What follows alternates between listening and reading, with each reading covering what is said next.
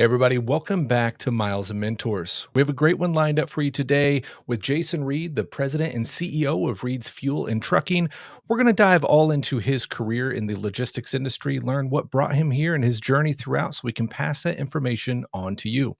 So stick with us. We have a great episode lined up for you right after this on Miles and Mentors. Welcome to Miles and Mentors, the podcast that humanizes trucking, getting real-life advice and insights from logistics professionals from all over the industry.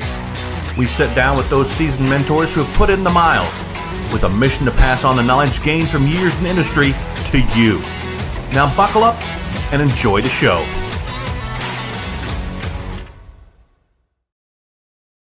Hey, Jason, thanks so much for being here today. You bet. Appreciate the opportunity. 100%, man. Well, I'm really stoked to dive in and just learn about your entire journey throughout the logistics industry and kind of where it's brought you to Sure. today. If we can start out, if you just give us a high level understanding, just who you are and what your role in the industry is today. Sure, you bet. We are a trucking company that's based in Eugene, Oregon, and we primarily service sawmill operations here in the Northwest. We haul the wood residual products. So when you take a tree out of the woods and you're going to process it into two-by-fours, you produce what they call wood residuals. So you take the bark off the tree, that produces bark. Then when they start cutting the round log into square two-by-fours, you produce wood chips, wood sawdust, and then if they plane those two-by-fours to make it more of a smoother finished product, and it produces shavings. We haul that product. And so out of a sawmill, we pretty much are hauling the garbage out of that. So my great-grandfather started the business in 1940, so we've been in business for 85 years. I am Wow. the fourth generation. That's pretty cool. Well, so we always kind of start off next with what got you into the logistics industry in the first place, but it sounds like we Sure. kind of see that point now. Was this something you always knew was going to be in your path growing up, or did you have Uh, ambitions for anything else? I was pretty much told by my grandfather that I was going to be running a trucking company. So There you go. at the age of 6, he started picking me up at the house on the weekends. If we didn't have school, I was always brought down to the truck shop and was either washing trucks, cleaning up around the shop, working with mechanics, riding with drivers. So from a very young age, I knew what my destination was and where I was headed. That's fantastic, man. You know, that brings a whole different unique side of mentorship in this industry. I mean, you can learn a ton coming in, but having the opportunity to grow up around that, literally, I mean, have that in your blood really gives you a different angle of it, a different appreciation. Well, not only does it give me appreciation to the industry, but it also helped me gain appreciation from my fellow coworkers and Yeah. knowing on their end that I went from, pretty much washing truck engines all the way up through driving, dispatching, safety director, all the way up through the ranks up to president. That's fantastic, man. And, to keep that ball rolling of, being a family organization and keeping that up and alive, and that's just amazing. If you wouldn't mind, what does a typical day, now that you are president and CEO of this company, what's a typical day in your role look like? Sure. Yeah, I usually get to the office around 6:30 in the morning. We have our personal meetings with the dispatchers or supervisors, figure out what our game plan is for the day. We run 24 hours a day, 7 days a week. So we're always reviewing how the previous shift went. We do load sheets, so we keep track of how many loads went to a certain destination. Each sawmill that we service has a delivery schedule of how many loads they need to go to each location. So we review that, and then pretty much just day-to-day operations, making sure the trucks are running, drivers are coming to work. If they're not, I still have a CDL. I get in a truck and drive. Definitely a Love that. hands-on management from my end. Right. No, I love that. And it gives you a new appreciation, right? To still have that CEL, still hop in that driver's seat, keeps you grounded in what Right. this industry is and what that position is for sure. Now, a Yeah, 40 correct. truck fleet, man, that's a lot to maintain. And I mean, like you said, that runs 24/7, 365. What does it take kind of behind the scenes to keep a 40 truck operation like that in motion and running smoothly? Oh, a lot of patience. No, you really, it all comes back to business 101. And Yeah. so business 101 is you need to know your numbers. So it doesn't matter. And I've been in several business groups where it's not just trucking owners, but business owners in general. So landscape people, roof people, construction people. It doesn't matter what industry you're in, it's business 101. You have to know your numbers, where your expenses are going, how to forecast out what you're going to be planning for. We Right. do a ton of forecasting on preventive maintenance. In our industry, it's a lot different than say a flatbed or a dry van operation where if you miss an appointment, you can reschedule that appointment. Our customers have the potential of producing a load for us every 30 minutes. So every Wow. 30 minutes, we have to have a truck at not just a sawmill, but underneath each bin that produces that product. So they might make a load of chips every 30 minutes. They might make a load of sawdust every 30 minutes, a load of bark. So it's a very high demand industry that we're in, completely different. We used to run flatbeds, and then in the crash in 2008, we got out of the flatbed world just because there wasn't any market for it. So the way we operated our flatbeds back then was no comparison to how our chip operation had to be ran. Right. That's pretty intense. I mean, that kinda seems a double-edged sword in the good way at the top of the scale, right? Because for one, being that in demand with that type of industry, job security, yeah, and they need Right. a truckload, potentially every 30 minutes, but at the same time, having to make sure you are on top of everything and running very efficiently and very smoothly. Because if you can't keep up with that demand, then you're in a bad place.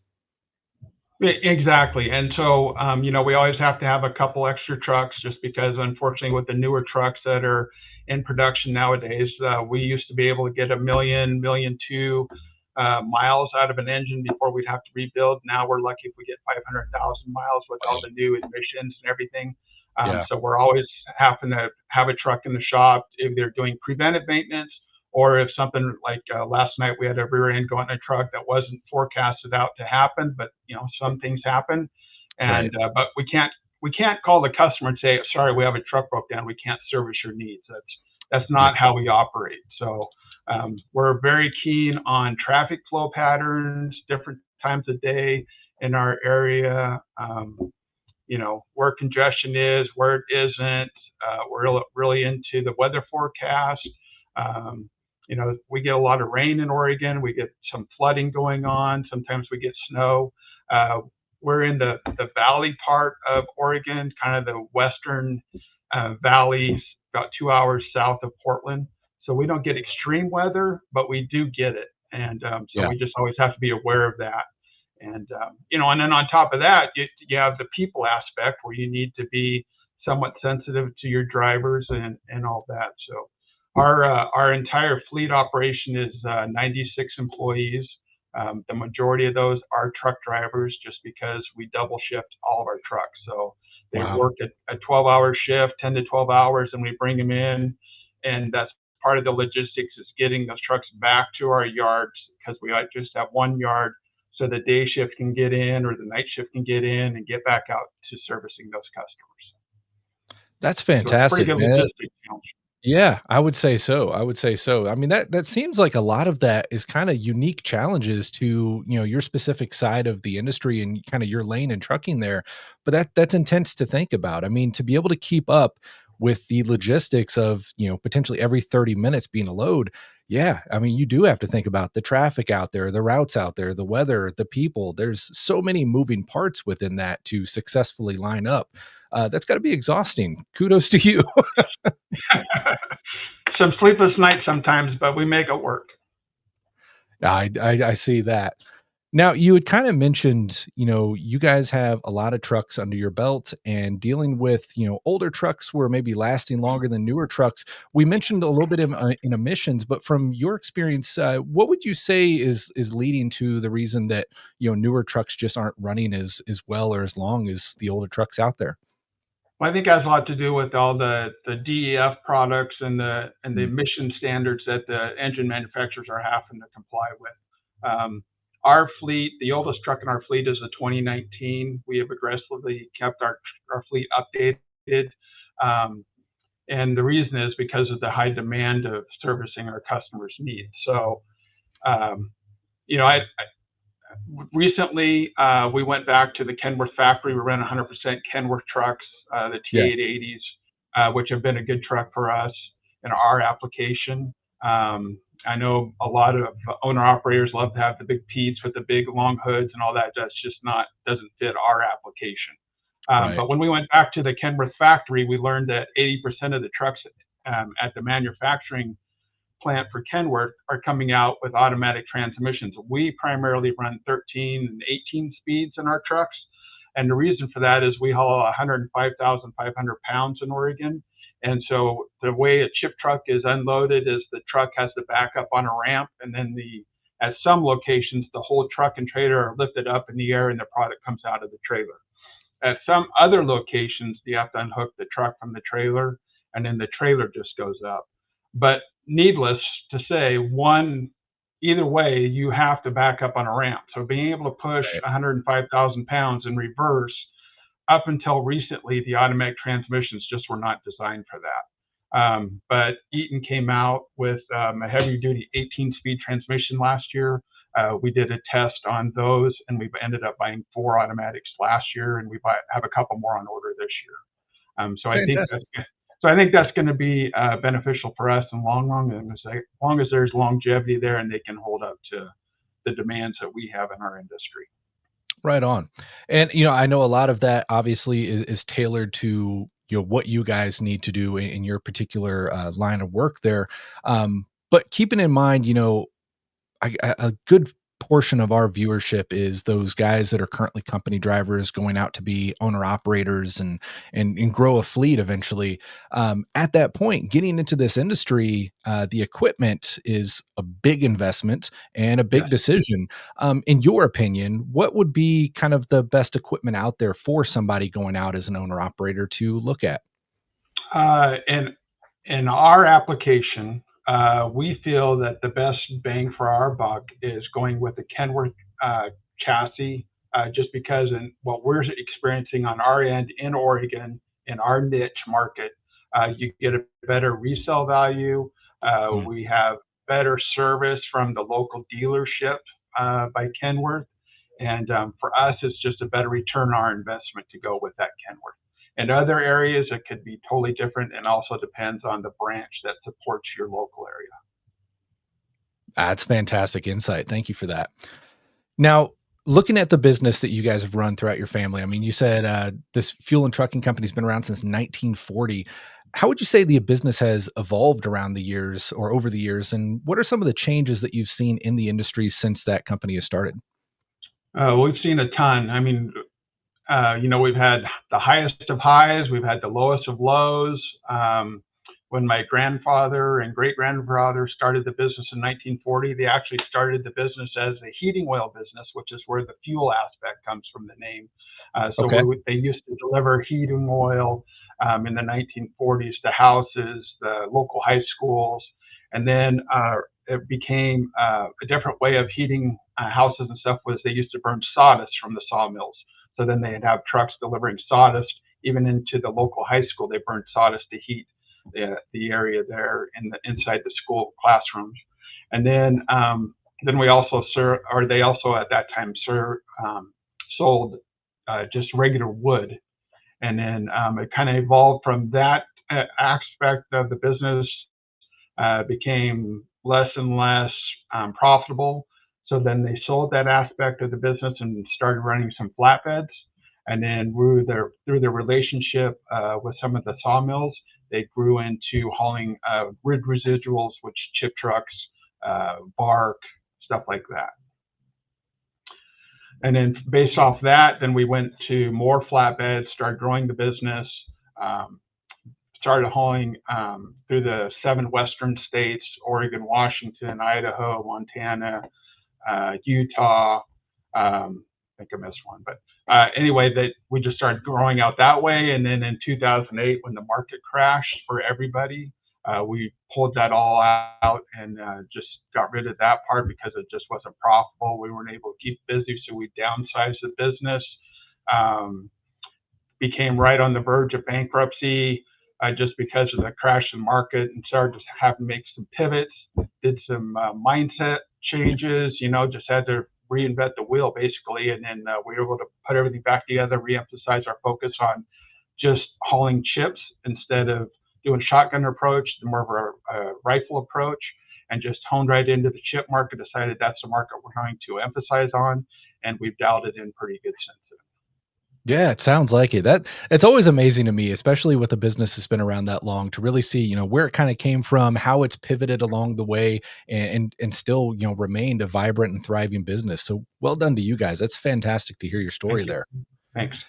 Now, obviously, growing up in trucking with a company that's been around so long, your dad, your grandfather's been around in it. Obviously, you get exposed to the old way of doing things, and then obviously the new way of doing things. What Right. would you say are a couple of the old school things that you've kind of kept around that you find that still adapt in a modern way? I would say our work ethic for sure. It's more hands-on. You don't see very many presidents of companies. I mean, we're not a large company by any means, but we're a fairly medium-sized company. To see a president of company being willing to get out and get his hands dirty, still rub elbows with the guys in the shop, help them with projects in the shop, go to customers' locations. 2 weeks ago, I had a scoop shovel in my hand. We always are cleaning up around the mills we service. With just that different hands-on management that we show to our customers, show to our coworkers that we're all in this together. It's all about the team. That's definitely one of the biggest things that has been stayed consistent since 1940 on up. That's fantastic, man. I love that approach, and I can say definitely in my work experience, I always have more respect. When you're a leader, when your boss is willing to get down there in the trenches with you, and work along, just make sure it's all about keeping the business going at the end of the day. Sure. Now, since you've taken on the role of president CEO of the company, what are some of the biggest challenges that you say you've faced within that leadership role, and how have you pushed through?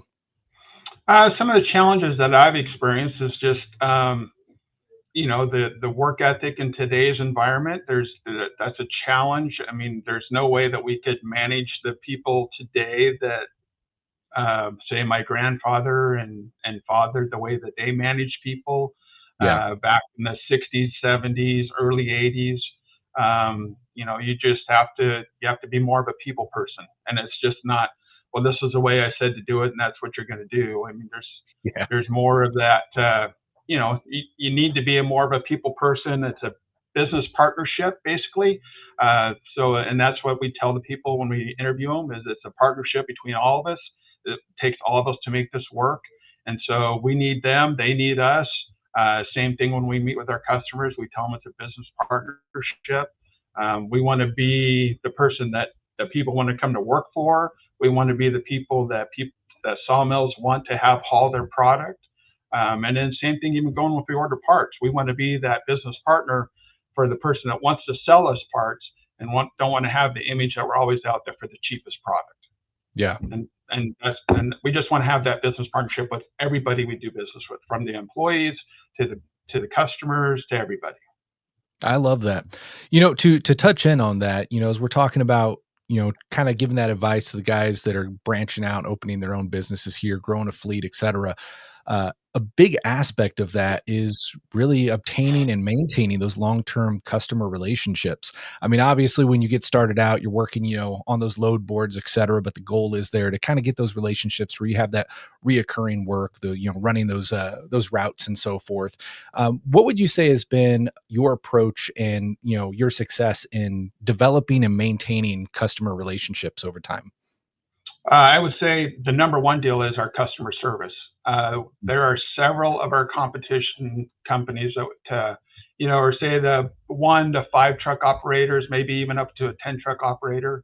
And it's amazing to me how they will finally get into a customer base, have that haul, and then for whatever reason, tell the customer they aren't going to show up for the day, either because a driver's sick, there's snow on the ground, There's all kind Right. of excuses, and then they just, the customer service goes out the room, and then all of a sudden we get a phone call, and we're like, yeah, we'll be there for you, but it's not going to be just for today. If you want our service, we're going to commit to you. You need to commit to us again about that business partnership. And in today's world, even with business owners that are busting their butt, it seems like once they go from a one truck show to a multiple truck show, they forget what it took to get them started.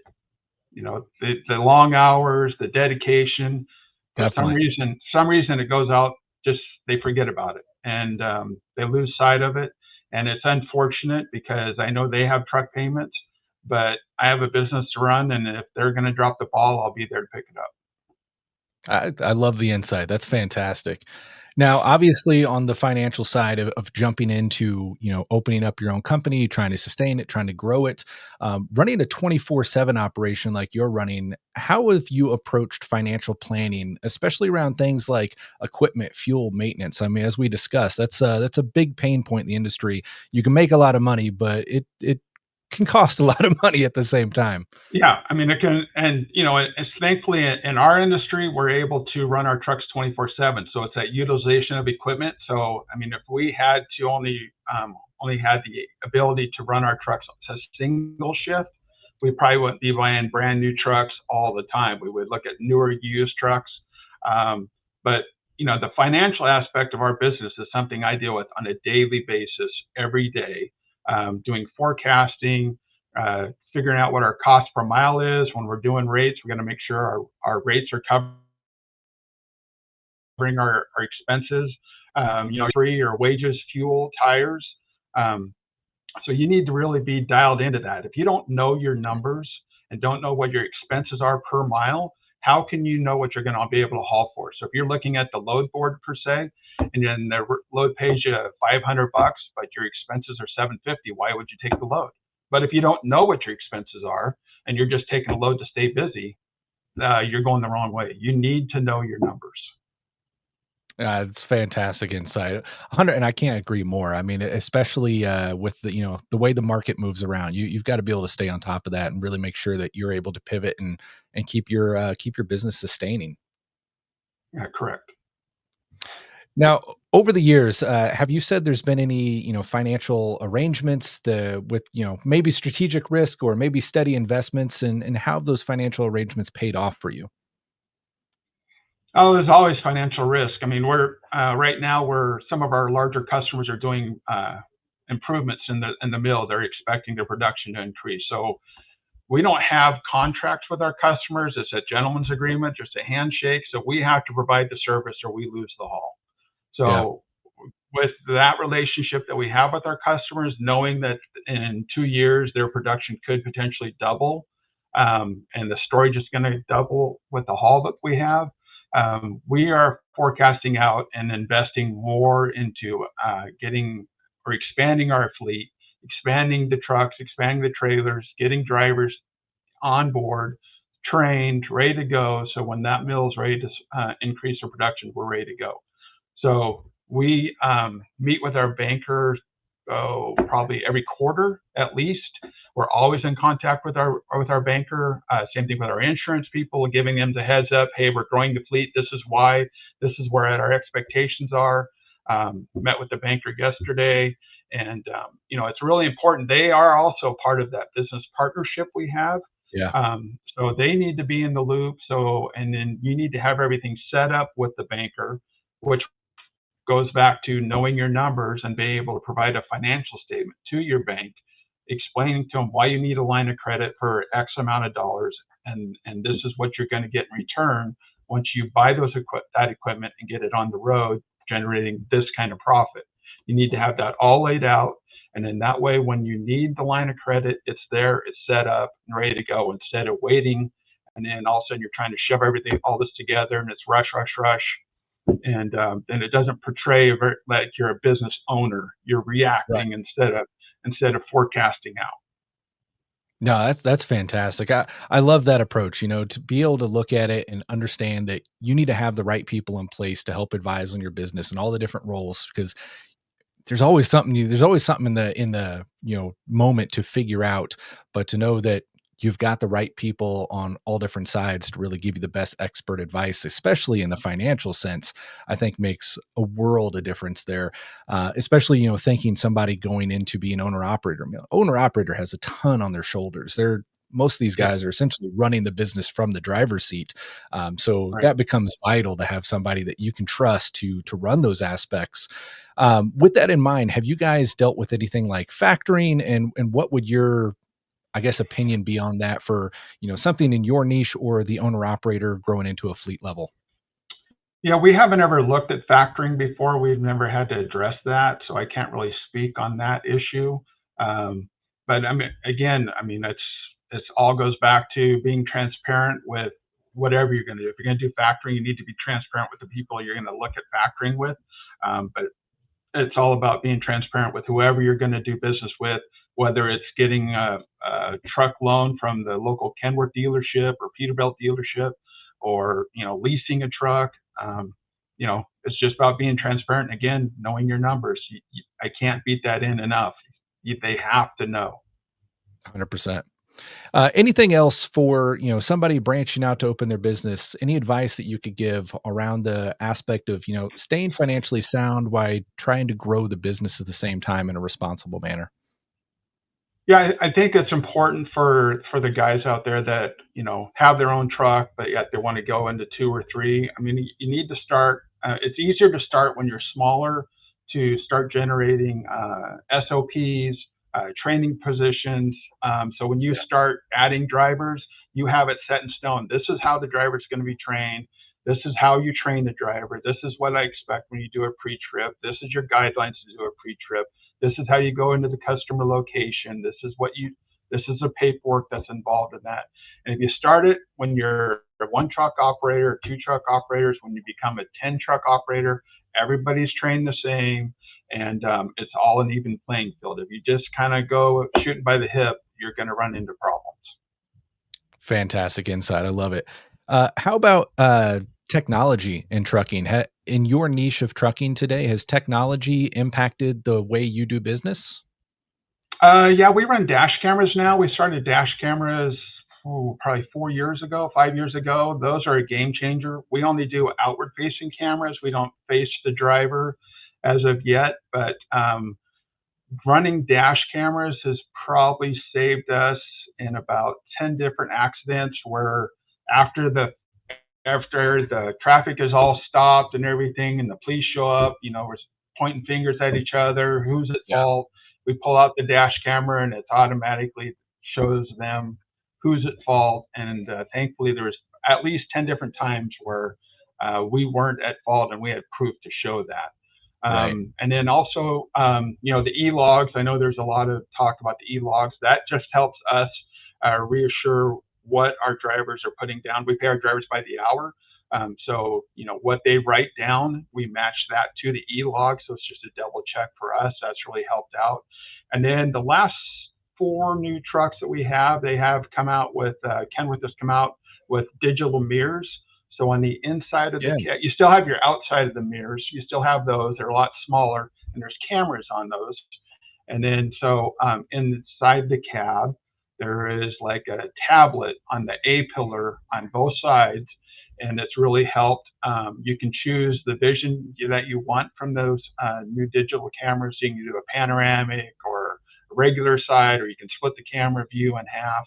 And that's really helped us navigate into around sawmills where it's a really tight location, or even just going down the roads, especially on nights, because it's more, it's kind of a Yeah. lit reflection. And boy, those cameras have really helped. The drivers are a little resistant at first, and then after a couple days, they really like them. Yeah, I imagine it's one of those things that's just weird to start out with, but then you kinda Hmm. grow into it and get to know it. I've seen a lot of stuff online about those that look really cool, especially, dealing in situations with, like, rain and such, especially kinda Right, up where you guys are at. I mean, that can be detrimental and just annoying on the mirrors, but those cameras are able to handle a lot better and give you a clearer image. right. Yeah, when we were at the Kenworth factory, they were actually talking about in Europe, they were getting away with the camera, or not the camera, but the mirrors on the outside, and just putting a camera on the post where the mirror usually Mm. goes. and just totally getting away with those outside mirrors. But we'll see what happens. Yeah. I can see the double-edged sword to it. I mean, I've seen enough, go wrong with electronics and stuff. I was like, I think it'd be nice, to just not lose your screens and have Right. something to fall back on." But, yeah, it goes both ways. Sure. But, like you were mentioning there with the dash cams too, I know that's always a hot topic with drivers that, some love them, some hate them. But especially if you're going out on your own, it's your business, it's your butt on the line at the end of the day. Another massive expense in this industry is insurance. And, Right. if you can any way save yourself a buck there by being able to prove, liability of an accident, et cetera. I think those dash cams just, weigh Yeah, themselves. not only the dash cameras, but we've converted our entire fleet just by replacing the older part of the fleet to disc brakes. So if you have an option as an owner operator to switch to disc brakes, I would really lean towards going towards disc brakes. It takes that whole brake adjustment out of the equation, whether it's out of scales or if you are involved in an accident. As soon as they find out that we have disc brakes, there's no question about what about the brakes or out adjustment or wanting to look at the brakes or any of that. Right. That's fantastic insights, man. I feel like we've tapped in on a lot of stuff with you today, which is fantastic. I really, really appreciate you letting us go through that. With that in mind, there's always more to learn. Anything you feel that we've skipped over that would be beneficial for someone starting a company? Yeah, I think that it's important for the people to know that if you're going to want to be an owner and want to run a business, the people that help your business be successful, they come first, whether it's the drivers, the mechanics, the office personnel, the customers, the banker, the insurance people, they come first, you come last. So if you don't have that mindset already, that you're the last to get paid, you're the last to get vacations. There's a lot of benefits as an owner down the road, but when you're starting out, um, you're last, whether it's payday or whatever, vacation time. You got to take care of your customer, but more importantly, you got to take care of the people that are working for you, or they'll go somewhere else. 100%, man. Yeah, I couldn't have said it better myself. That's fantastic. I think you're one of those guys, and I've had several of these that I feel like we could go on for a long time just tapping into more and more about the industry. So I'd love to get you back on in the future if you'd have time Sure. for it. We'd love to tap your brain just a little bit more. Oh yeah, anytime. You bet. Fantastic. Well, before we let you go today, I want to give you time for some shameless plugs. How can people find out about your company and get in touch with you for any advice? Sure. I'm on LinkedIn, Jason Reed. Reed is spelled Reed. We're on Facebook, Reed's Fuel and Trucking. We're on Instagram, which is Reed's Fuel and Trucking, just one word all condensed together. And then we have a website, www.reedsfuel.com. And Reed is spelled Reed. Fantastic. And we'll make sure to get all those links in the show notes below as well. But Perfect. Jason, thank you so much for all you do in the industry and coming on as a mentor today. It's been fantastic to be able to tap into that lived and learned knowledge you've gained throughout the years. Yeah, thank you for the opportunity. 100%. Well, everyone out there, thank you so much for watching. Make sure you like and subscribe and go check out their company. Until next time, stay safe out there.